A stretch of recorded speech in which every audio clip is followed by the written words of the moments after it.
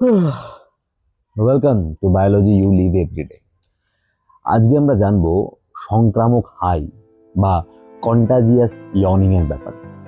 আমরা দেখেছি যখন আমাদের সামনে কেউ হাই তোলে তখন আমাদেরও হাই ওঠে। ব্যাপারটা কেন? আসুন দেখে নিই। আমাদের ব্রেনে কিছু নিউরন থাকে যাদেরকে আমরা মিরর নিউরন বলি। এই নিউরনগুলো আমাদের ব্রেনের প্রিমোটর কর্টেক্স এবং ইনফেরিয়র ফ্রন্টাল জাইরাসের মধ্যে থাকে। এরা কি করে, যখন আমরা সামনের জনকে কিছু করতে দেখি সেটাকে কপি করতে সাহায্য করে। তাই যখন আমাদের সামনে কেউ হাই তোলে তখন আমাদের এই মিরর নিউরনগুলো অ্যাক্টিভেট হয়ে যায় এবং আমাদেরও হাই ওঠে। এছাড়া হাইয়ের সাথে এমপ্যাথি বা সহানুভূতির একটা সম্পর্ক রয়েছে। মানে আমাদের ব্রেনের মধ্যে কিছু জায়গা আছে, যেমন হচ্ছে অ্যান্টেরিয়র সিঙ্গুলেট কর্টেক্স, এছাড়া ইনসুলা। এইগুলো কি করে? এইগুলো আমাদের ব্রেনের মধ্যে সহানুভূতি বা এমপ্যাথি জেনারেট করে। আমরা যখন দেখি আমাদের কাছের কোনো মানুষ বা আমাদের পরিচিত কেউ আমাদের সামনে হাই তুলছে, তখন আমাদের ব্রেনের এই জায়গাগুলো স্টিমুলেট হয়ে যায় এবং আমাদেরও হাই ওঠে। আচ্ছা, এই হাই কি শুধুমাত্র মানুষেরই ওঠে? না, দেখা গেছে এই কন্টাজিয়াস ইয়নিং এই ব্যাপারটা মানুষ ছাড়াও চিম্প্যাঞ্জিজ, বনবো, কুকুর, বাঁদর এদের মধ্যে দেখা যায়।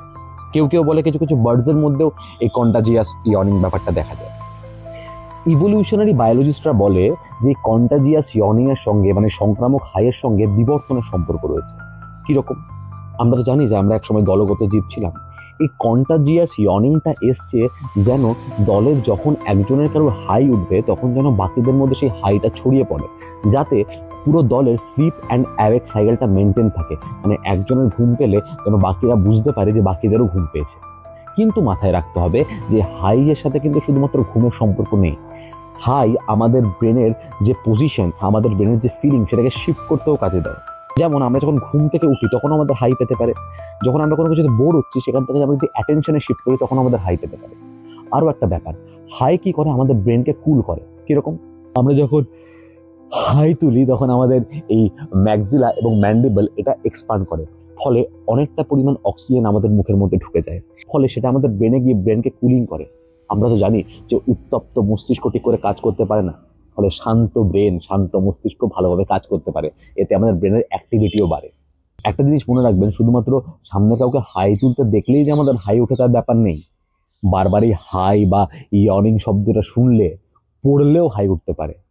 তাই আপনারা বলুন তো, এই গোটা ভিডিও জুড়ে হাই নিয়ে আলোচনা করতে করতে আপনাদের কতবার হাই উঠলো? কমেন্টে জানান। আর অবশ্যই তাদের সাথে শেয়ার করুন যারা হাই তুললে আপনারও হাই ওঠে। Thank you. টাটা।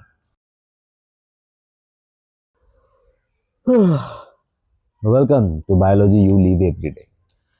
আজকে